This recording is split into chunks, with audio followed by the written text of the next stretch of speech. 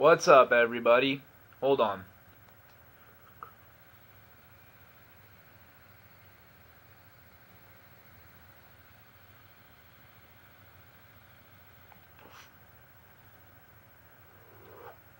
Okay, sorry about that.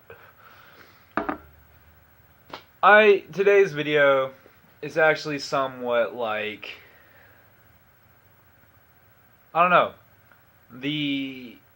The whole point of it is very important. It's very important. You're probably not gonna take me seriously on this one. I wouldn't take myself seriously. Like, look, I'm wearing a fucking alien hat and a fucking shirt with a goddamn alien on it. This is fucking chill. So, okay. The pothead that you love and know has actually been in a mental hospital. I've actually been in a few of them. And today is I don't really know what it's gonna be really labeled with. It's probably gonna be like mental hospital story number one, because I have a few stories about that. And but today I'm gonna tell you about like the reason why I went there, and and one of the people I met there. So, okay, this is back my 8th grade year. So this is like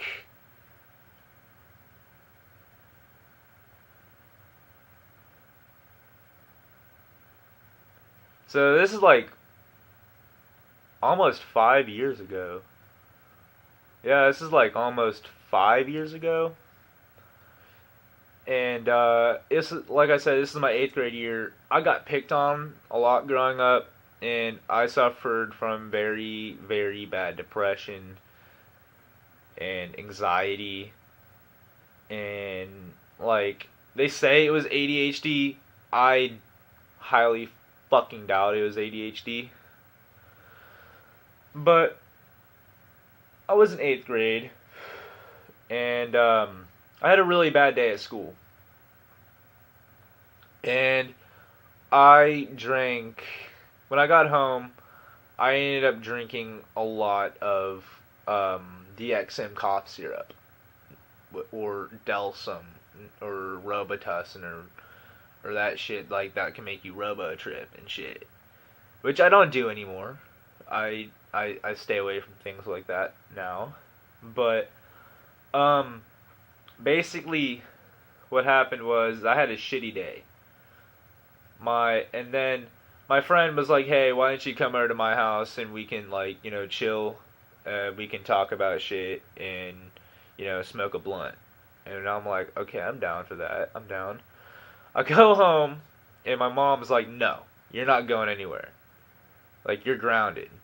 And like, this is right after this is about an hour after I drank all that fucking cough syrup, like a full bottle of it.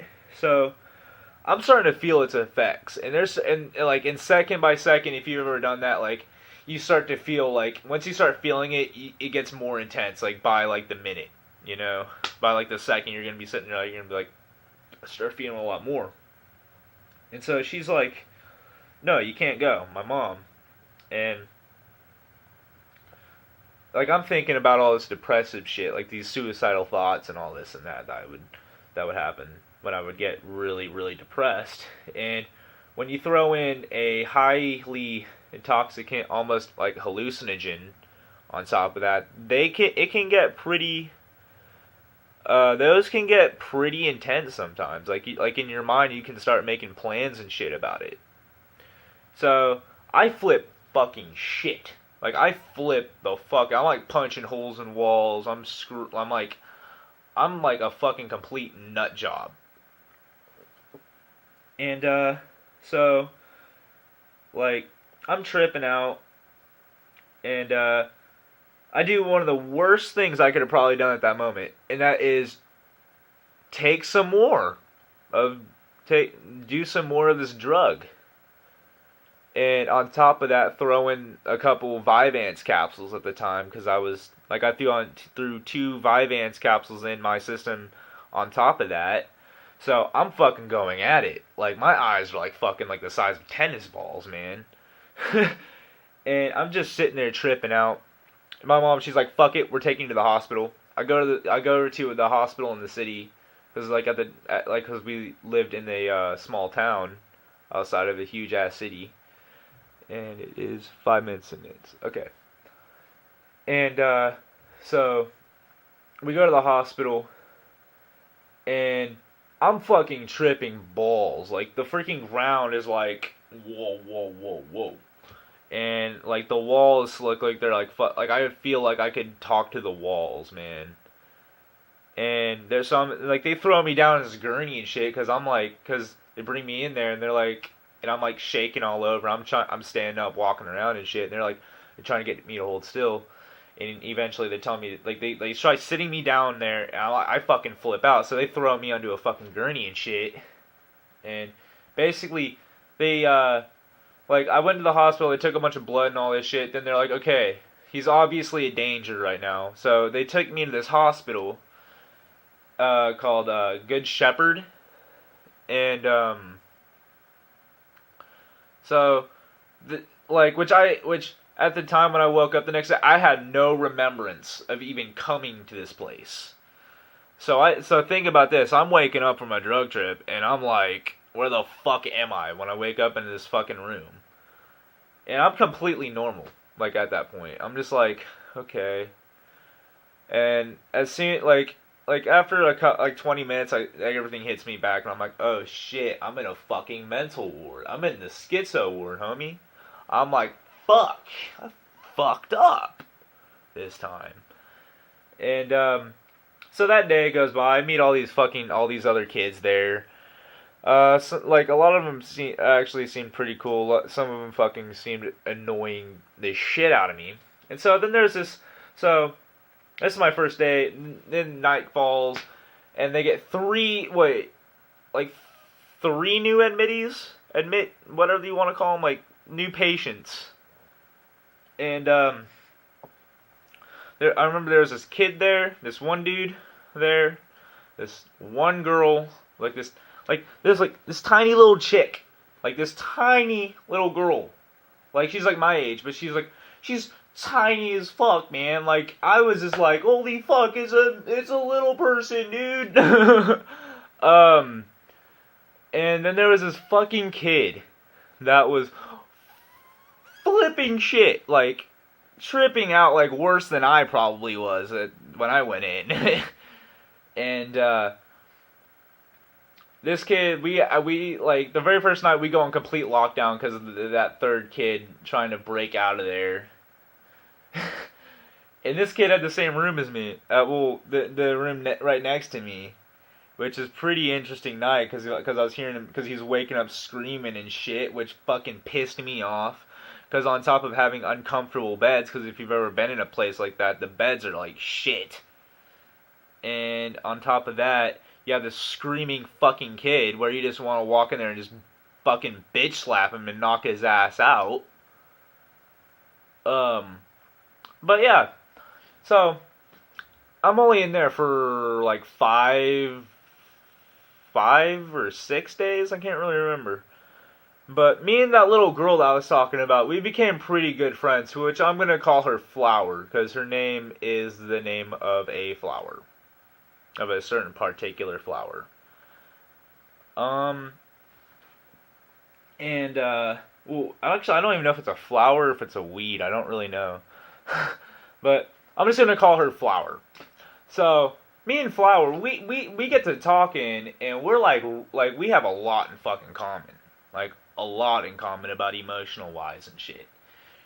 Long story short, she becomes basically like one of my most trusted friends in life. And to this day, I actually still talk to her, like 5 years after all that shit, and we've only seen each other like actually face to face like a couple couple times. A couple times. Um, but like, but she was a really good friend to me, and like she was one of the people that helped me get through there.